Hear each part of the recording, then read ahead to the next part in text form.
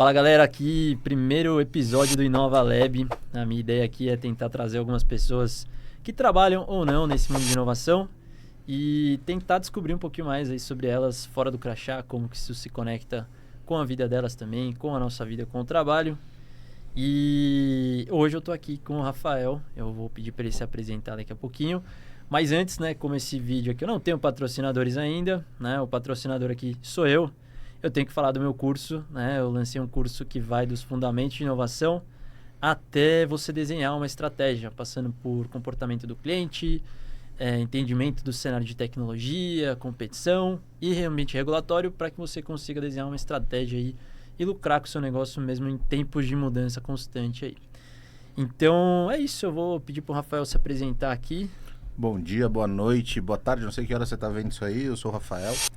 Conheço o Eric de alguns bons anos já, a gente trabalhou junto, o Eric é uma figura incrível. E é isso, o Rafael, eu trabalho na área de tecnologia faz 20 anos, sou faixa preta de jiu-jitsu, pai de 2 crianças lindas, marido da Camila, e esse sou eu, é uma apresentação super curta, e vamos lá, vamos pro papo. Show.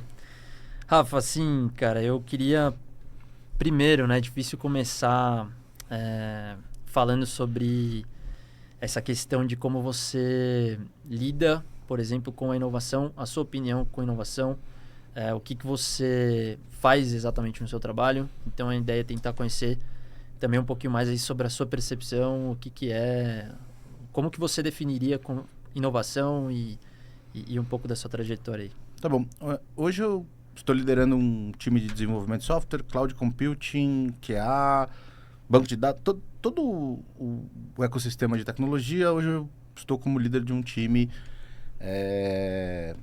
com essas características, estou no universo do agro, então esse é um pouco onde eu estou na minha carreira. Mas inovação para mim ela é um pouco maior do que tecnologia. Inovação eu gosto muito do princípio do Schumpeter quando ele começa a falar de inovação, que é a destruição criativa. É quando você destrói alguma coisa para tentar algo novo e modificar o mercado e trazer alguma coisa nova para esse mercado e mudar as características desse mercado dentro da operação padrão de tech, tá? Não só de tech, mas como produto também, porque ao longo dos últimos anos, tecnologia era um silão antigamente, então eram os caras de tech, depois a gente vai falar da Febraban, vai ser divertido, mas os caras tratavam tech como um universo à parte, o pessoal de tecnologia, ninguém sabia o que acontecia ali dentro. E isso foi mudando ao longo do tempo, e inovação hoje, com tecnologia, ela funciona para qualquer empresa. Na verdade, para mim, num futuro muito próximo, todas as empresas do mundo serão empresas de tecnologia de alguma forma. Tá? Então, eu acho que inovação está nisso. Como é que eu faço para mudar uma característica do mercado e trazer para esse mercado uma mudança de fato e que vai me gerar, no final, um resultado grande de dinheiro e valores dentro desse ecossistema de inovação, tá? Então, inovação para mim vai muito além de tech. Legal. E, bom, a gente se conheceu na Vivo, né? Isso. Então é telco. E como que foi para você mudar de setor, né? Como que isso influencia na sua carreira também? É difícil? Cara, eu sou um cara que gosto muito de mudar de setor porque eu gosto de entender novos mundos, né? Então, acho que é uma característica muito interpessoal e que eu adoro fazer isso. Então, antes de telco, eu estava no universo de saneamento básico. Antes de saneamento básico, eu estava na construção civil. E antes eu estava no mundo de laticínios. E já trabalhei no governo, bem no começo da carreira. Então, quem já foi aqui, eu fui estagiário do Poupa Tempo. Isso tem 20 e poucos anos, com a gravatinha, que na época era preto e branco, aqui no estado de São Paulo.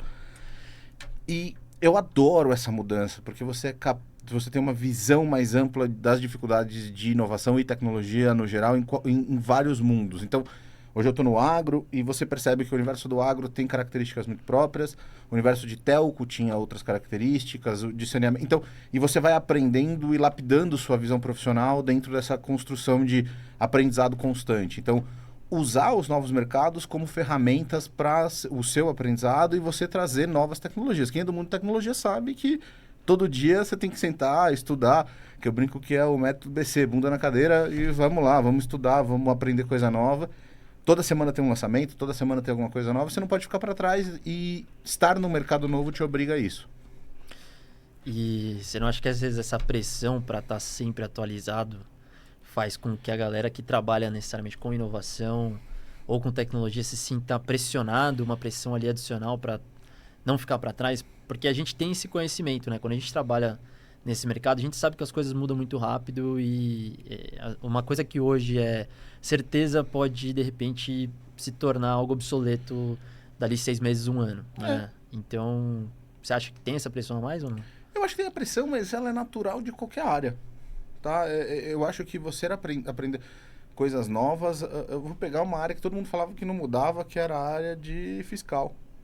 Sim. Vai mudar a lei. Vai mudar a forma que você calcula imposto. Vai ser uma bagunça. Você vai ter que ser... Essa mudança Você vai ter que ser...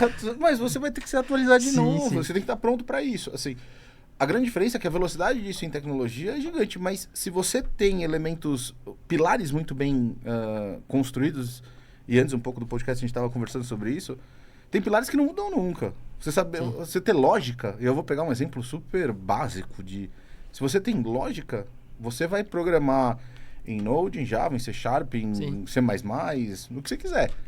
Você precisa ter lógica. E aí você tem a capacidade de mudar mais rápido. Então, se você tem pilares muito bem estruturados, a sua capacidade de mudar e aprender também melhora muito. Entendi. Eu concordo. Eu acho que tem essa pressão para todo mundo, principalmente com a IA, né? Hoje em dia todo mundo tá aí assustado, não sabe o que faz, não sabe o que vai acontecer, se empregos vão ser perdidos, se vão ser criados.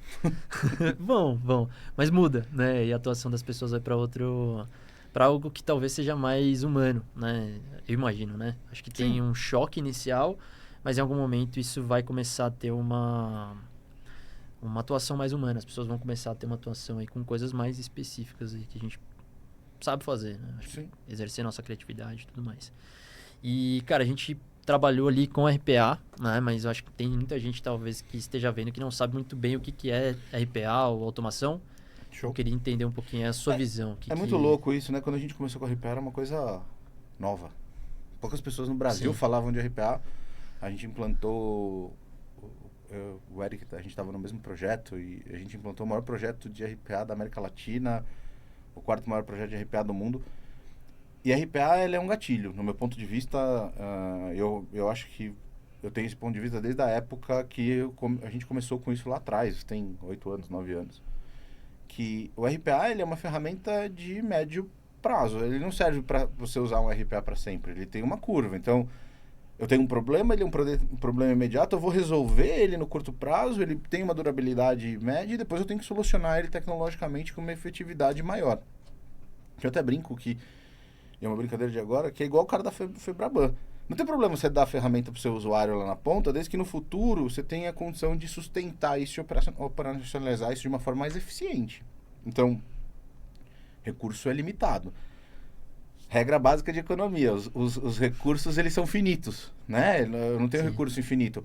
Então, como é que eu faço para sustentar isso de uma maneira mais clara e trazer para a mesa uma eficiência maior no uso racional de tecnologia? Porque se você sai comprando, você tem uma pancada de SaaS hoje no mundo. Então, você tem uma pancada de servicinho que você paga no cartão, é $10, $5, R$10, R$20, R$30, R$100. R$100, 1.000. Você fala assim, é muito barato. Só que um monte de muito barato dentro da sua organização, ele vai começando a ficar caro. Sim. Então, como é que eu racionalizo isso e trago para a mesa, assim, uma eficiência maior? A RPA serve para isso, tá? E aí, ele serve para esse meio do caminho. Então, a RPA é você ter a capacidade de olhar um processo e criar uma automação em cima dele, tá? E você acha que as empresas, por exemplo, têm que adotar um digital ou automation by design, assim, quando for pensar em novos processos ou em novos produtos? Você acha que tá nascendo uma visão para isso? Ótima pergunta. E eu acho que sim.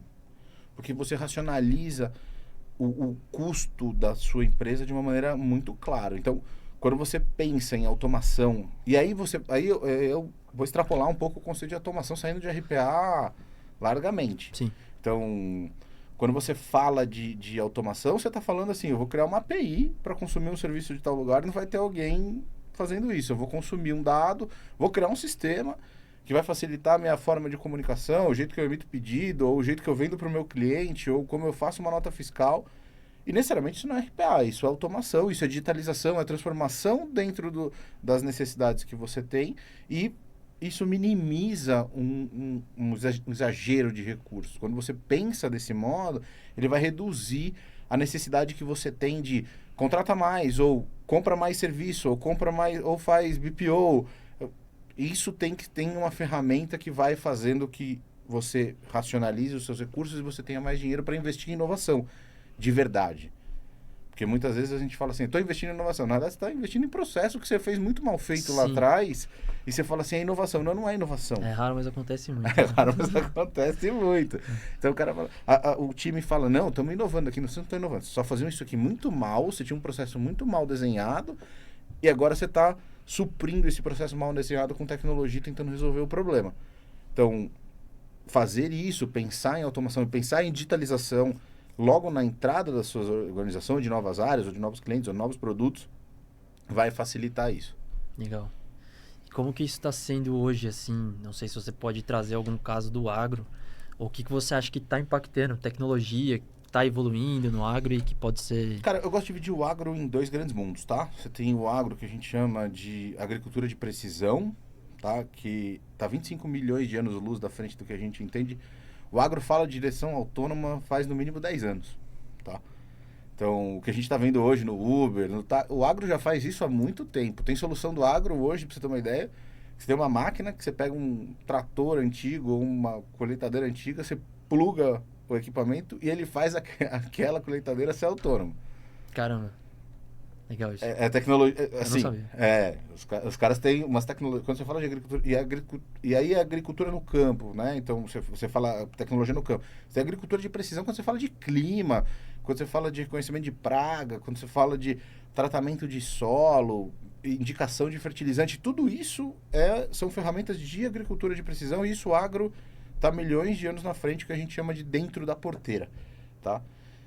Em paralelo, você tem algumas deficiências no agro que outras áreas já viveram isso há muito tempo atrás. Então, quando você fala de e-commerce, quando você fala de ferramentas de integração, logística, muitas áreas já viveram dores no passado e já andaram muito, e agora o agro está passando por essa mudança e essa característica de mudança dentro do universo eu vou colocar como back-office, mas não é muito bem back-office, de relação cliente, relação logística, relação entrega, venda, tudo isso... O agro tá meio afastado do cliente, né? Ele é um pouco afastado do cliente, né? Não mais. Tem diminuindo. Não, agora está diminuindo essa distância. Mas por muitos anos foi. O agro era lá no campo. E aí as pessoas não entendiam o agro. Outro dia eu estava lendo uma reportagem e até o pessoal falou assim... A Faria Lima ainda não entende o agro. Não entende, vai demorar alguns anos para entender como é que o agro funciona e como é que ele roda. Então, o agro você tem que dividir nesses dois grandes mundos para trazer para dentro. Legal. É interessante. Tem muita coisa que alguns setores acabam vivendo de maneira diferente, né? O varejo, eu tive experiência no varejo também. Cara, o varejo tem uma dinâmica completamente diferente. O foco do negócio é outro. Então, a gente vê que algumas tecnologias e alguns processos vão passando e... Eu vivi o varejo na época da pandemia, né? Então... Você bombou, né? Que era um negócio meio doido ali. Então, a gente tinha toda uma força-tarefa para conseguir digitalizar e trabalhar também com a questão que estava nascendo, né? A gente tinha corner shop nascendo, a entrega de comida, né? Assim, mudando também. Então, são coisas que são específicas dos setores. E quando você falou que você gosta de passar por vários setores, eu até me identifico porque é um pouco do que eu também gosto. Né? Eu acho que quando a gente tem essa experiência com outros setores, a gente acaba desenvolvendo uma visão um pouquinho diferente em relação à forma como a gente trabalha, né? Até como entende os problemas, né? Isso, exato. Então, acho que é interessante isso, né? É muito interessante porque quando você gera uma habilidade, que é uma habilidade que eu acho que só passando por muitos setores traz para você, que é a habilidade de entender a dor do cliente ou do seu usuário, o nome que você quiser dar bonitinho, de uma maneira mais rápida e tentar traduzir isso de uma maneira mais eficiente para dentro da organização e para você tratar esse problema. Então, quando você trata por muitos setores ao longo da sua carreira, isso faz com que você tenha uma habilidade de compreender os problemas mais fácil. Sim. Não que seja fácil compreender problema, tá? Traduzir problema, para mim, é uma das grandes dores da área de tecnologia e de produto. Como é que eu entendo de fato o que o meu cliente precisa. E aí entra o papel que muita gente fala aí do PO, essas coisas, para poder traduzir essa necessidade do negócio, né, para dentro de tecnologia. Super. Eu tava lendo o livro do fundador do Waze. Cara, é um livro incrível. Quem tiver um tempo, leia. Eu não lembro o nome de cabeça do livro, mas é o de capa amarela. Vocês vão achar. Fundador do Waze. E ele fala o seguinte: se você tem um produto, lança ele o mais rápido possível. Tá, mas tá meio torto. Lança. Porque você vai conseguir medir e vai conseguir pivotar ou ajustar a linha que você está seguindo o mais rápido possível. Sim. É, aquela questão de você coloca, né, do jeito que tá indo, que nem esse podcast aqui, né? É isso, a gente vai andando. A gente não sabe muita coisa, não faz direito, mas a gente faz, né? Uma hora a gente vai ficar bom. Interessante, cara. E, assim, a gente falou um pouco de como que isso se desenvolve na carreira, né? Isso muda a forma como você enxerga algumas coisas. E aí eu queria fazer uma pergunta para você em relação a como que outras coisas, além da nossa vida profissional, do que acontece dentro de um setor ou do mercado de tecnologia, influenciam na nossa vida, né? Na nossa tomada de decisão e etc. Então, qual que é a relação que você vê do jiu-jitsu com o Rafael, que é um melhor líder, um melhor parceiro ali no trabalho e etc? Cara, eu sou um aficionado por jiu-jitsu. Não sou um bom lutador. Sou faixa preta, eu treino há 20 anos, mas tem pessoas que são milhões de vezes melhor que eu. Mas o jiu-jitsu me ensina todos os dias. Eu treino mais tempo jiu-jitsu do que eu gastei estudando na minha faculdade, nas minhas pós-graduações. E o jiu-jitsu, eu brinco que eu tenho um lifestyle de jiu-jitsu. Porque o jiu-jitsu, ele é um esporte tecnicamente individual, né? Sim. Ele é individual porque é você com você mesmo. Você não tem um time do seu lado. Mas, ao mesmo tempo, ele é individual, mas você precisa de um parceiro para lutar com ele. Para você treinar o seu jiu-jitsu. Senão não existe luta. Sim. Né? E o jiu-jitsu, eu brinco que ele é uma emulação da vida real. Você tem que aprender a ganhar, a perder, a estar numa situação de pressão. Meu mestre Leon, obrigado por você me ensinar situações de pressão e me bater com muita vontade para eu saber perder todos os dias. E isso faz com que a capacidade que você tenha de lidar com essas coisas no trabalho fique mais suave. Não vai resolver 100% do problema. Mas, e assim, você fala assim, mas qualquer luta te dá isso. Sim, mas você tem que se apaixonar por alguma coisa. O jiu-jitsu, para mim, é essa ferramenta. Eu uso essa ferramenta como uma ferramenta de me habilitar. Ele me habilita a coisas que é muito mais complexo. Eu falo que a literatura também te dá isso. Como? Então, a partir do momento que você lê um livro, você vê um modelo, porque a vida é baseada em modelos, né? Então, você começa a compreender a vida por pequenos modelos. E você lê um livro que tem um modelo de beleza, de paixão, de amor, de resiliência, que muitas vezes você não vai conseguir ter isso na vida real. Um livro vai te trazer isso com uma capacidade profundérrima, de você ler isso e falar, poxa, isso sim é um exemplo de uma pessoa resiliente, isso sim é um exemplo. E ele serve para você como um norte, como um sentido. E para tudo. Então, a literatura, o jiu-jitsu para mim é uma ferramenta que eu uso todos os dias, a literatura também. Então, tudo isso são ferramentas que me ajudam muito nessa história. Legal, cara. A leitura é uma paixão em comum, eu imagino que você leia mais do que eu, mas teve até um livro que eu trouxe aqui, O Senhor das Moscas, que incrível. Você me indicou, depois eu dei uma lida. Realmente é um livro que deu gosto de ler, aquele livro que eu peguei e não queria largar para poder terminar. Então, eu acho que, na verdade, a questão do livro, né, de leitura em si, ela te dá uma certa profundidade em relação a alguns temas. Quando a gente fala de algum termo técnico, né, ou um tema mais técnico, a gente se aprofunda dentro de um livro e a gente entende um pouquinho mais o raciocínio por trás do autor, né, que levou ele a defender aquela ideia que ele está trazendo. E normalmente ele traz isso com fatos, dados, enfim, e a experiência dele ali em relação àquilo. E quando a gente tem esse nível de profundidade, às vezes a gente não encontra isso dentro do nosso ambiente profissional, né? Fato. Então nem sempre a gente consegue exercitar esse lado de abordar as coisas de uma forma mais profunda, e o livro acaba te trazendo isso. Né? Para mim, tem 2 livros, a gente estava conversando, o Inspired, do Mark Kagan, e o Clean Code, eu não lembro exatamente os autores do Clean Code. Um falando de produto, o outro falando de tecnologia. E para mim é exatamente o que você falou aí. Esses 2 livros me dão um modelo ideal. Putz, como é que eu consigo chegar aqui? E é meio utópico, né? E a utopia ela serve para isso, né? Ela é o destino final que sempre muda de posição. Então você está remando para ele, quando você está chegando bem perto, ela dá um passo para trás. E aí você nunca chega, mas ela te dá um direcionamento. Isso e para mim isso é utopia. Então, você nunca vai chegar num universo utópico, mas ele serve para te dar um direcionamento mais eficiente das coisas. E quando você fala de tecnologia, quando você fala de produto, é a mesma coisa. Então, esses livros, quem me indicou o Inspired, por exemplo, eu fiz produto minha vida inteira, mas eu nunca tinha me debrucei sobre produto nos últimos 4 anos da minha vida, 5 anos da minha vida. Foi a minha diretora, a Lucila, agradeço muito ela por ter indicado, e é um livro que me deu um direcionamento sobre o que é produto profundérrimo. A mesma coisa acontece no Clean Code. Foram meus líderes do passado que falaram assim, isso aqui é desenvolver bem. Sim. E aí você consegue potencializar aquilo que você sabe e chegar do outro lado dessa forma.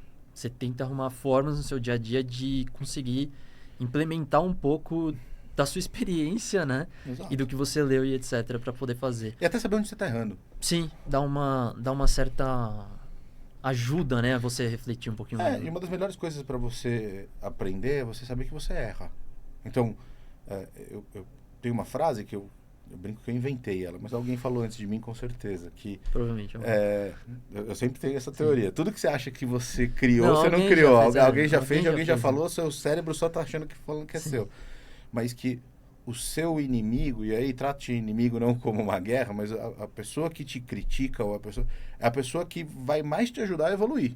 Porque ela vai te colocar numa situação onde você vai aprender profundamente sobre aquilo. Então, e vai melhorar onde você tem uma deficiência. Legal.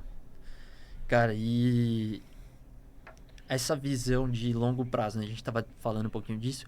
Eu escutei em algum lugar, não lembro exatamente onde foi, de que normalmente, eu não tenho filho, né? Mas normalmente quando você tem filho, a sua visão, as suas decisões acabam virando, se tornando um pouco mais de longo prazo. Né? Eu acho que ele falava alguma coisa de investimento. Ele só investia em startups que o cara tinha filho. Né? Porque aí ele falava, tô investindo num negócio que eu sei que vai ser... Que vai ser perene. Né? Vai ser perene, exatamente. E como que você enxerga isso, né? Como que isso mudou também? Eu não tenho dúvida que os filhos mudam a forma que você enxerga o mundo. Beleza? E aqui não é uma crítica, não tô fazendo um julgamento de valor quem tem, quem não tem. Você não tem, tá tudo bem, eu tenho, tá tudo bem. Não é isso. É que é como qualquer ação na sua vida. Muda. E o filho, para mim, foi os filhos, a Alice e o Olavo, foram meus filhos, e eles mudaram a minha visão de vida, foi a coisa que mais mudou minha visão de vida. Então, meus planos, meus objetivos, tudo isso a partir do momento que eu tive meus filhos, a Alice tem 9 anos e o Olavo vai fazer 2 agora, é meio que planejado para eles. Então, falando de investimento, eu estava fazendo um investimento há um tempo atrás, eu falei assim, puta, mas esse investimento vai demorar 40 anos. Tudo bem, tá beleza. Qualquer pessoa, muitas vezes uma pessoa numa situação, qualquer pessoa não, mas muitas vezes uma pessoa prefere tomar um pouco mais de risco em determinadas situações, porque tem essa capacidade de ser ela com ela mesma, um parceiro, whatever, mas que você tem menos impacto no futuro das pessoas. O filho te dá esse medo. Mas é um medo gostoso de ter. Eu falo que... imagino. Eu aprendi, depois que eu tive meus 2 filhos, que você tem alguma coisa que vale mais que você mesmo. Essas coisas são meus filhos.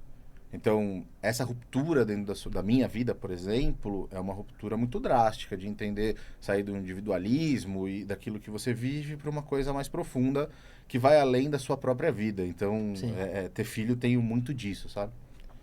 Interessante. Cara, eu imagino que mude bastante, né? Eu não tenho filho, mas eu pretendo ter também. Então, em algum momento vai acontecer. Saberemos. Em algum momento vai acontecer. E, cara, a gente falou um pouco do jiu-jitsu, né? Eu acho que isso muda bastante. E a gente foi agora um pouco mais para essa questão de como o estudo, né? Como o nosso aprendizado, a nossa visão de mundo muda e isso impacta a nossa carreira, né? E a gente ainda tem, de certa forma, dentro do mercado, muita gente que, e acho que entra até um pouco da questão na discussão lá da Febraban, né? Da Febraban-Tech, É isso. que a gente fala muito sobre... Não estou falando que ele não tenha a experiência teórica e tudo mais, porque, enfim, ele está lá, ele chegou por algum motivo. Mas a gente tem muito essa discussão de teoria versus prática. Sim. Então, quando a gente estuda bastante e a gente busca entender profundamente um tema, muitas vezes isso é visto como algo que quando chega na vida real alguém fala, meu, esquece tudo que você estudou, cara, o mundo real é esse aqui. E como que você enxerga isso, assim? Porque eu particularmente, só colocando minha visão um pouco antes, mas assim, eu particularmente acho que, na verdade, a questão da teoria te ajuda muito a prever justamente esses problemas, essas eventuais situações que podem acontecer no seu dia a dia. Você está usando a experiência de alguém, né? Então, quando você lê um livro, por exemplo, em gestão de inovação, você está prevendo um pouquinho mais alguém que já vivenciou determinadas situações e está ali relatando, basicamente, a experiência dela com relação àquilo, né? E um certo estudo ali por trás, na maior parte das vezes. Então, a gente aprende com os outros, né? Então, eu queria entender assim, um pouquinho mais a sua visão aí sobre isso. Vou responder em duas fases, tá? Vou responder... E eu acho que essa troca é muito legal. O caso da Febraban, e eu acho que é uma dor que existe há 20 e pouco... Bom, existe há 20 anos, que eu trabalho com TI faz 20 anos. Há 20 anos atrás, eu escutava a mesma coisa. A área de negócio agora vai fazer tecnologia. Na época, a gente falava de Excel e falava de Access. Beleza? Isso se perpetua. E a tecnologia na área de negócio também evoluiu. E dar ferramentas para... As pessoas, às vezes, criam monstros que eles não existem. E isso não... E não existe nenhum monstro... A área de negócio pode desenvolver tecnologia? Na minha visão, deve. Você tem low code, você tem... Vamos falar sobre isso, estava aqui na... automação, você tem ferramenta o Excel hoje você pode usar Python dentro do Excel, você tem Power BI, que é uma ferramenta muito voltada para você tem Power Platform, você tem Power Automate, outras ferramentas de automação, whatever, ninguém patrocina aqui, então posso falar o que eu pode falar o que você quiser. Então, a área de negócio tem essa capacidade, e deve ter. Só que acontece o seguinte, quando você pega isso e começa a colocar o mundo do jeito que ele é, começa a ter dor. Então, como é que começa a ter dor? Eu tenho problema de segurança, eu tenho problema de SOX, eu tenho problema de recurso, eu tenho problema de como o código é feito, como ele se dá manutenção, aonde ele está alocado. Se está na máquina de uma pessoa, está na cloud. Se está na cloud, onde que está na cloud? Porque pode ter... É uma cloud pública, aí eu tenho problema de LGPD, eu tenho GDPR. Sim, depende de onde tiver. Ou seja, você começa a ter problemas de tecnologia relacionada a ele. Uma coisa não se inviabiliza. Então, a história que a TI vai acabar, e eu acho que o exagero foi nisso, não vai acabar. Que a área de negócio vai continuar fazendo? Vai continuar fazendo TI. Tem zero problema. Essas coisas elas vão conviver ad eterno juntas. Sempre existiram e sempre vão continuar acontecendo. Em relação à academia e o mundo corporativo. São mundos que se complementam. Você foi perfeito na sua visão. A academia, ela te dá uma visão ideal de medida, de capacidade de como é que eu vou fazer, de que jeito eu vou fazer. Ela não está muito preocupada com os interesses políticos de uma organização. Ela não está preocupada com a volatilidade do mundo. Então, antes era o mundo VUCA, agora é o mundo Bunny, whatever. Qualquer hora, sempre muda. Daqui a pouco tem outro. As ambiguidades do mundo. Então, o mundo de fato é ambíguo hoje em dia. A crise da Covid trouxe isso para a mesa de uma maneira muito clara. Então, a academia ela trata a coisa dentro de uma foto. E o mundo corporativo é um vídeo. Putz, a foto é aquilo, é aquele recorte, é aquele momento. O vídeo ele é contínuo. Hoje o problema está aqui, amanhã ele é outro. E depois é outro, e depois é outro, e depois é outro. Então, isso vai fazendo com que a academia complemente, porque ela vai ter várias fotos de situações, e você absorve isso, traz para o mundo de negócio, o mundo corporativo, e vai potencializando, entregando cada vez mais e melhor. Entendi. Eu acho que é a mesma visão. No final das contas, a gente tem a mesma visão sobre isso e você tocou num ponto importante que é a questão da área de negócio trabalhando com o desenvolvimento ali, né, de tecnologia de alguma forma. E aí a gente tem duas questões que eu queria abordar contigo. Um Shadow IT, para você ver como que, de repente, tem soluções lá que estão totalmente fora de... Enfim, não tem governança nenhuma, não tem segurança, etc. E o crescimento, né? E como que você vê o crescimento dessas ferramentas de no-code e low-code que hoje permitem que qualquer pessoa de negócio, e aí a gente tem isso potencializado depois por IA e tudo mais, acho que vai ficar cada vez mais fácil das pessoas de negócio conseguirem traduzir as necessidades delas e conseguirem criar soluções que provavelmente vão ter um problema ou outro ainda de desenvolvimento, etc., porque elas não têm esse conhecimento. Mas como que isso... Enfim, como que você enxerga isso, né, cara? Cara, eu acho sensacional, tá? As ferramentas de low-code e no-code e o quanto elas estão potencializando a entrega de software na ponta. Eu vou explicar o porquê. Meu time vai querer me matar escutando isso. Depois eu vou mandar o podcast para eles vão falar assim, para com isso. Mas por quê? Porque eu acho que desde a existência de tecnologia, do que a gente entende como tecnologia hoje, áreas de tecnologia, a área de tecnologia não conseguiu atender todas as demandas de negócio. Ponto. Ela atendia as demandas que tinham uma dor mais latente. Sim. Pô, quando você viu o conceito de RP ser criado lá atrás, por que você criou? Porque você tinha uma dor latente dentro da organização para organizar as finanças da empresa. Beleza, isso é uma... Só que assim, cada área tem dores muito específicas que muitas vezes não são nem colocadas na mesa, porque não tem como a TI atender todas essas demandas. Então, ferramentas como essa vão habilitar que você tenha elementos muito pequenininhos que vão atender aquele pedaço de área, aquele modelo de área, aquele time específico, que vão facilitar o trabalho daquelas pessoas. Então, e aí a digitalização. Digitalização, ela vai além de um time de tecnologia gigantesco. Ela vai na capacidade da sua empresa de usar tecnologia como um gatilho para uma entrega mais eficiente. E eu gosto sempre de lembrar, tecnologia é output.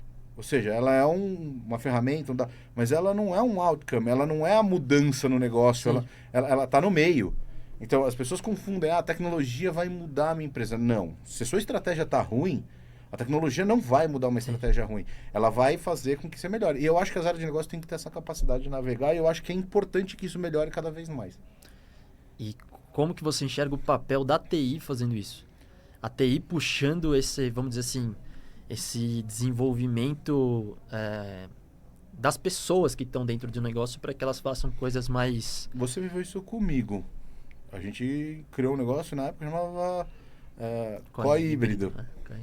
As áreas de negócio desenvolviam dentro das áreas de negócio, dentro de um framework de tecnologia, treinadas pelo time de tecnologia, e faziam aquilo que o time de tecnologia não tinha braço para fazer. Foi feito com segurança, da melhor forma. Teve dor, todo processo teve dor. Depois para dar manutenção um problema, teve problema, como que você estrutura a manutenção disso, custos, não sei o que lá. Mas no final, é uma forma do time de tecnologia habilitar com que a área de negócio traga isso. E a tecnologia está sempre olhando para essas coisas. Porque melhor do que você não deixar o time de... Quando você não deixa ele fazer, ele vai fazer escondido. As pessoas têm ele não vai fazer. Não, ele vai fazer escondido. É pior do que ele fazer você sabendo, entendeu? Acontece muito mesmo. Esse eu não vou nem falar que é raro, porque realmente... Acontece o tempo inteiro. Acontece porque é isso, cara. As pessoas estão lá trabalhando, elas precisam resolver o problema delas também. Então tem que ter essa conexão aí, cara. E a IA, cara? Sua opinião em relação Sou polêmico. Não, alerta de polêmica. Eu gosto de falar que 95% das empresas que falam que precisam de IA, elas não precisam de IA. Tá? Não estou falando que IA não é uma mudança no paradigma empresarial. Ele é. Está muito claro. E aí, seja a IA que você está falando. Você está falando da generativa, você está falando NPL, você está falando whatever. Qual IA você quiser falar. Primeiro que tem tipos, né? Então vamos começar a entender essas coisas. Mas será que você precisa de IA ou você precisa tratar seus dados de uma maneira mais eficiente? Será que você precisa de IA ou você precisa de uma automação para melhorar seu processo? Será que você precisa de IA ou você precisa ter um processo claramente mapeado e saber o que você está fazendo? antes de você responder essas perguntas, não adianta você falar, você gastar, fazer um baita investimento em inovação e contratar a melhor ferramenta, o melhor motor de IA, um monte de gente trabalhando em cima. Se você tem problema na base. Sim. Eu até falei disso numa publicação lá no LinkedIn, que é justamente isso, né? As empresas, a minha percepção, né, pelo menos, tem esse frenesi, né, por querer investir em IA e falar, não, estamos investindo em IA, mas é só para estar na onda ali do mercado, né? Que você tá Assim, hypado, né?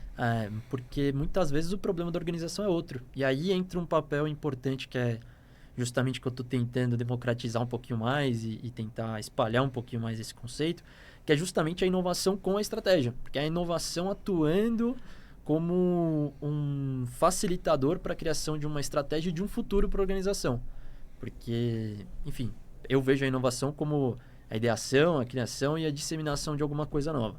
Então, quando a gente está tentando mudar alguma coisa dentro da empresa, né, mudar a forma como a empresa vai lidar com o mercado daqui 10 anos, você tem que estar olhando para isso. É né? isso. E assim, como que você conecta isso com a visão da empresa? Como que você conecta a inovação para que a inovação seja o catalisador para que aquela visão aconteça, né? E às vezes as pessoas, numa das pós que eu fiz, acho que foi a pós da FIA, whatever, o professor ele falava exatamente isso, sobre estratégia e planejamento. Ele falava que a estratégia é um Lego e o planejamento é um quebra-cabeça. Por quê? Porque o planejamento, você tem claramente para onde você está indo. Você sabe o que você quer, você tem uma imagem, você tem uma visão. Quando você fala de estratégia, você não tem nada disso. E a inovação está na camada de estratégica da organização. Sim. Então, quando você fala de inovar, você está falando assim, qual que é a minha estratégia para inovar? Eu tenho que saber antes o que eu quero fazer, aonde eu quero chegar, qual que é o caminho que eu quero ter. Então, não adianta você falar o seguinte, vamos inovar por inovar. Isso não funciona. Vamos inovar pensando... Eu não estou falando que você tem que ter um laboratório, não tem nada disso. As áreas de research quebraram por causa disso, porque elas começaram a inovar por inovar e você falava, eu tinha um laboratório... Você tem uma solução à procura de um problema. Exatamente. Traz o problema que daí eu vou inovar em cima da solução. Isso. Então, Exato. Essa é a primeira coisa que você tem que entender. E inovação, ela tem que ser pulverizada, ela é uma nuvem, ela não é um bloqueto que está dentro da sua área, só essa área fala de inovação. Isso não funciona. Você fala todo mundo tem que pensar em inovação como ferramenta de solução para os problemas que ela tem dentro do planejamento e dentro da estratégia. Voltado sempre para aquela estratégia, sem dúvida. Sim. E a gente está até vendo esse movimento um pouco aí, né, nas empresas que você comentou, né, que a gente tem... A inovação precisa estar presente em toda a organização. E aí, eu bato muito nessa tecla também, normalmente nos conteúdos que eu faço, de que o time de inovação precisa estar olhando cultura, precisa estar olhando a estratégia de inovação, precisa estar olhando para todo o processo criativo até chegar, até pensar em alguma solução, até o desenvolvimento daquela solução e disseminar isso dentro da companhia ou para o mercado e etc. E isso passa por fortalecer cultura, isso passa por vários outros fatores. E você falou da questão de democratização, na verdade de ter a inovação presente em toda a empresa. Uhum. E a gente começa a ver um movimento hoje do mercado de, em algumas empresas, estarem matando os times de inovação e ficando a inovação pulverizada. Então a gente tem, na minha opinião, dois tipos de empresa. As que estão matando a inovação porque não conectaram a estratégia lá atrás e saíram fazendo qualquer coisa e não mostrou o resultado que precisava, e a gente mata esse time. E a gente tem um outro tipo de empresa, que é justamente aquelas empresas que investiram da forma certa, a ponto de que hoje elas podem se dar ao luxo de falar, temos a inovação dentro da organização em todas as áreas. Talvez com uma ou outra situação de coordenação de tudo isso para garantir que isso continue funcionando. Se você não inovar, você vai morrer. Eu sou bem direto, assim... Sim. Isso vale para... Eu vou pegar um produto o produto que todo mundo fala que tem o life cycle mais gigante da história, Coca-Cola. Coca-Cola, você pode falar assim, o líquido ali dentro é a mesma coisa. Mas eles inovam embalagem, eles inovam como entrega, eles inovam a comunicação. Você tem que inovar. Como você vai inovar, aí é o que a gente estava falando, eu acho que eu já repeti, tá ficando até chato. Tá colado com a sua estratégia. Mas... inovação, se você não inova, você vai morrer. Se você pega... eu vou pegar uma história que é famosa, eu não preciso, ninguém precisa procurar muito. História da BlackBerry. A história da BlackBerry beira a surrealidade. Os caras eram líder de mercado disparado. Disparado. Eles tinham uma solução tecnologicamente melhor do que existia anos-luz de qualquer outra empresa na época. Eles quebraram porque eles não queriam inovar. Porque eles acreditavam que aquele produto deles não ia mudar. Só que o que arrebentou com a BlackBerry, óbvio que teve um negócio chamado iPhone, que é genial, sim, mas eu tenho minhas... Eu não acho o Steve Jobs um gênio da tecnologia, eu acho um gênio do produto, são coisas diferentes. Talvez a tecnologia... Ele soube juntar a tecnologia. A tecnologia é um meio para ele. É isso. Então, o Steve Jobs, por exemplo, quebrou eles... Óbvio que tinha muita coisa envolvida, mas o que quebrou eles foram que eles não entenderam a mudança do mercado. Que as empresas de telco estavam parando de vender telefonia, elas queriam começar a vender dados. Isso foi o grande problema da BlackBerry. Tá? Então, e até falando, tá, sobre o Steve Jobs, para depois eu não ficar com isso, com o pessoal achar que eu sou louco. Mas eu acho que o Steve Jobs, ele não era um grande técnico. Eu acho que o Steve Jobs, tanto que o Wozniak, eu acho ele muito melhor que o Jobs quando você fala de técnico. Eu acho que ele assumia isso, de certa forma. Isso. Agora, como entender o produto, e aí, antes do iPhone, o iPod, na realidade, é o grande fomentador de inovação. Trouxe um modelo de negócio completamente diferente para a indústria da música e tudo mais. Isso foi... E toda a tecnologia do iPod, você pode ver que ele foi passado por... ao aprendizado, né? Eles lançaram do jeito que dava ali, do que tinha, né? E foram aprendendo com isso, e isso fez com que eles desenvolvessem a capacidade de desenvolver um treco desse aqui que mudou a vida de muita gente. E até brinco, né? Outro dia eu tava falando com... Não sei com quem que foi. E eu falei, né? O iPhone foi lançado em 2007. O iPhone não tem 20 anos. Foi no podcast. Acho que pode ter sido. Foi no podcast. O iPhone não tem 20 anos. Você falou no podcast da cultura lá. O iPhone é uma coisa que tem menos de 20 anos. Todo mundo tá ciente o quanto isso mudou a característica do mundo. Você pode não ser fã de iPhone, mas ele iniciou uma nova era. Uma nova era. Isso não tem dúvida. Sim. É a mesma coisa que você fala. Quem inventou o futebol foi o inglês. Não significa que eles são os melhores, mas ele mudou a forma. Que o Brasil deve estar. Porque o Brasil tá mal no futebol. Minha nossa, nem fala. Mas vamos lá. E, cara, como que você... Eu acho que assim, falando um pouquinho aí de tecnologia, mas passando um pouco para a sociedade, né? O impacto da tecnologia na sociedade. E como que você está enxergando esse desenvolvimento da sociedade, lidando com tudo isso. Então, desde fake news até a possibilidade de você criar um negócio a partir do seu celular, ou de você... Pô, se você quiser criar uma IA pelo seu celular e fazer dessa IA um influenciador e de repente tá ganhando dinheiro com isso, tudo pelo seu celular, é grande, né? Eu não sei porque eu nunca criei avatares, né, em IA assim, a ponto de criar um influenciador, né? Mas eu imagino que dá pra você fazer isso pelo seu celular, porque pelo computador dá. Então provavelmente pelo seu celular dá. Vai ser meio ruim na usabilidade, mas vai dar. Então, como que você enxerga, cara, tudo isso, assim? Como que isso também impacta a sociedade, nós humanos, né? O nosso desenvolvimento. Eu acredito que hoje não existe mais segregação sociedade e tech, né? Antigamente você tinha isso muito claro. Isso aqui é tecnologia, isso aqui é a sociedade hoje, ela é uma mistura. E eu vou falar uma coisa que eu acho é impossível você controlar qualquer fake news que seja, independente do seu espectro político. Você pode criar todas as leis do mundo, tá? Não tem como. É impossível. Sim, vai rodar, de alguma forma vai rodar. O modelo de distribuição peer-to-peer, ele faz com que isso seja impossível de você controlar. Ah, mas vamos descobrir quem também é impossível. O cara criou uma fake news sei lá, o cara tá aqui, entra numa VPN, vai na Rússia, cria uma fake news, manda da Rússia. Você não vai saber a origem disso, esquece. É um trabalho para você descobrir. Já não tem o que fazer. Já foi feito o estrago, né? Vamos dizer assim. Mas acho que isso fala muito da questão da nova ciência das redes, né? A gente fala aí muito aquele desenho do Paul Barron lá, que tem a rede descentralizada. Sim. Esqueci o nome da outra. A centralizada e tinha uma outra lá. Whatever. Enfim. E a sociedade em si é uma rede descentralizada. É isso. Né? Você tem o seu núcleo ali familiar e de amizades, mas ele se conecta com outras pessoas e tal, tanto que a gente tem aquela lei de 3, né? A regra de 3, enfim.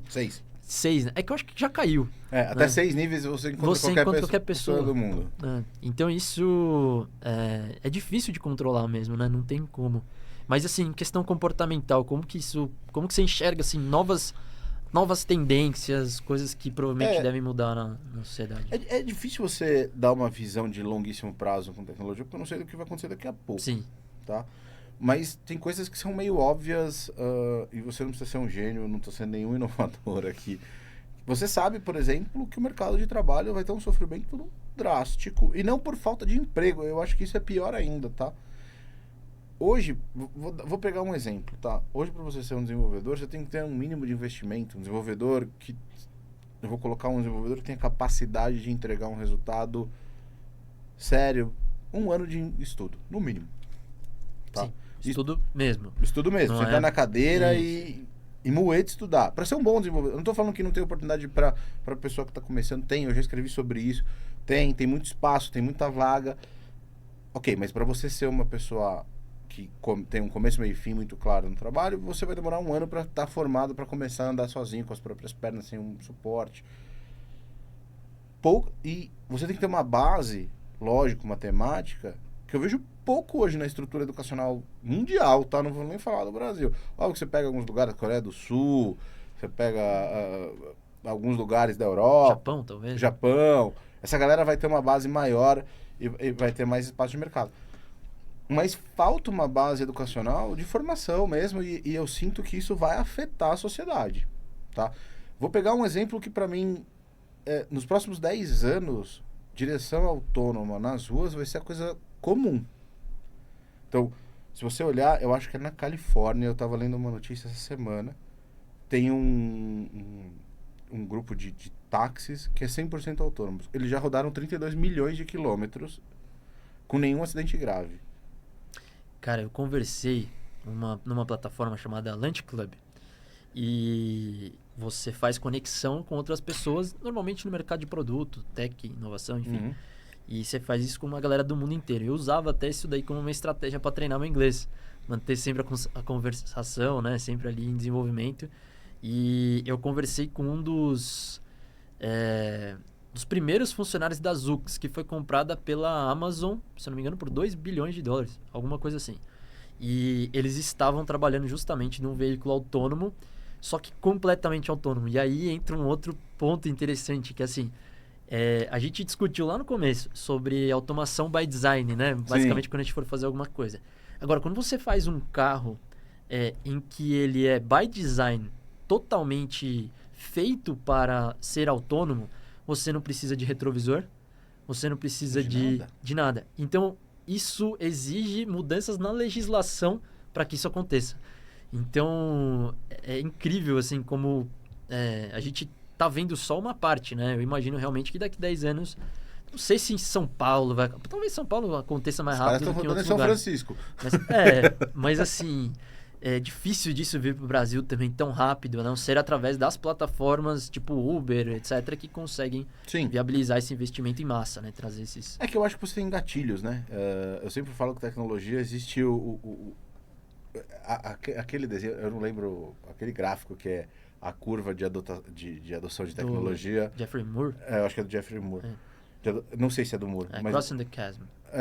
E aí que você tem o vale, que você tem que passar o vale, whatever. Mas é muito divertido porque depois de um certo ponto, você sabe que ali ele só vai acelerar. Sim.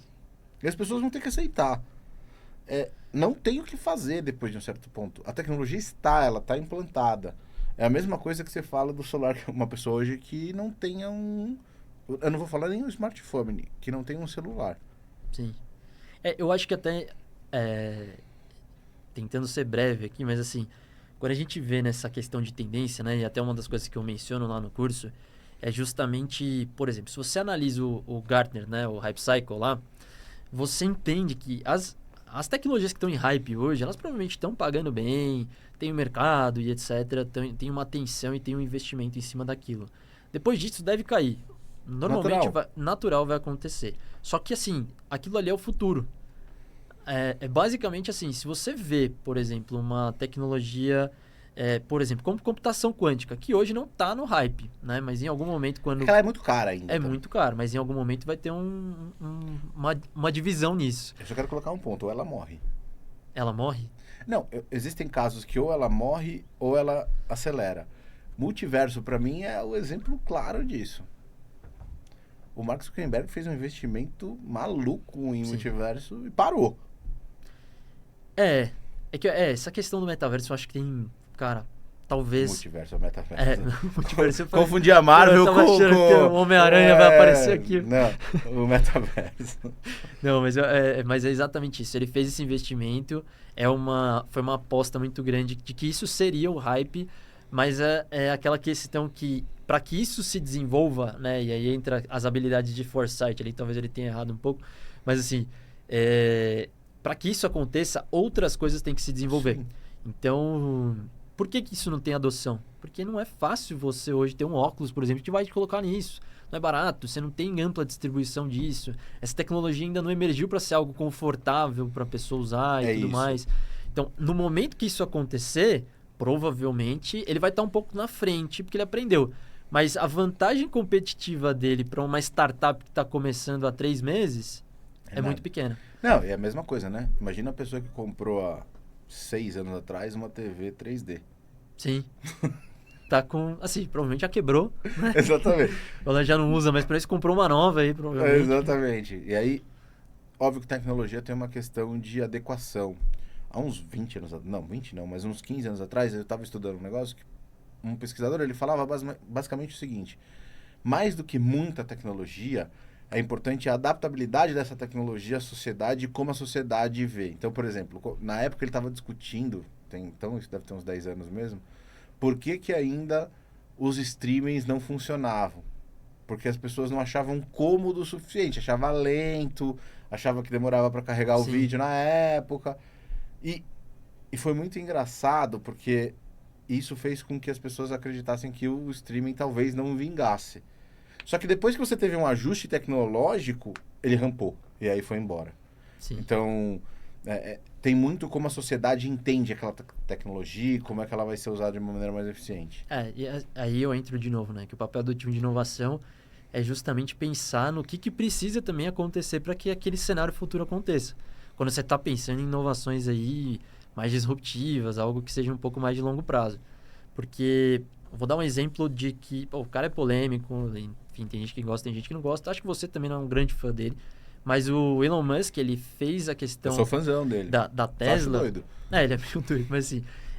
a Tesla, ele não fez só o carro e falou, não, vou fazer o carro. Não, ele falou, como é que eu faço a infraestrutura para que os carros tenham a possibilidade de você conseguir carregar e eu conseguir atender essas pessoas, porque senão as pessoas não vão comprar, né? Então ele faz isso e trabalha ali com formas, inclusive, de ganhar dinheiro em cima disso, né? Eu vou me corrigir antes de você continuar. Eu fiquei fã. Eu achava o Elon Musk meio... Eu vou usar um termo sem problema, tá, Eike? Mas eu achava o Elon Musk meio que o Eike Batista dos Estados Unidos, tá? Só que, ao meu ver, ele se tornou um cara um pouco diferente porque ele começou... Ele não é um cara, o must-have de tecnologia, igual o Jobs não é. Mas a visão dele de produto e o investimento... Para mim, a Tesla nem é o grande... tchan dele, pra mim foi a SpaceX. A SpaceX mudou realmente SpaceX pra mim, cara, o cara fez o foguete da ré, acabou.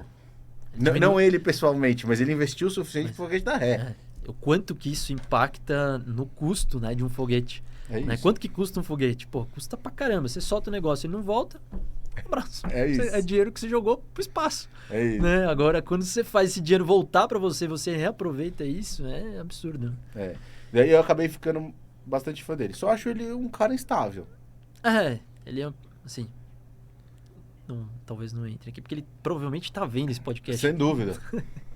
Elon, sem ficar com raiva. No hard feelings, né? No hard feelings. E, cara, e você...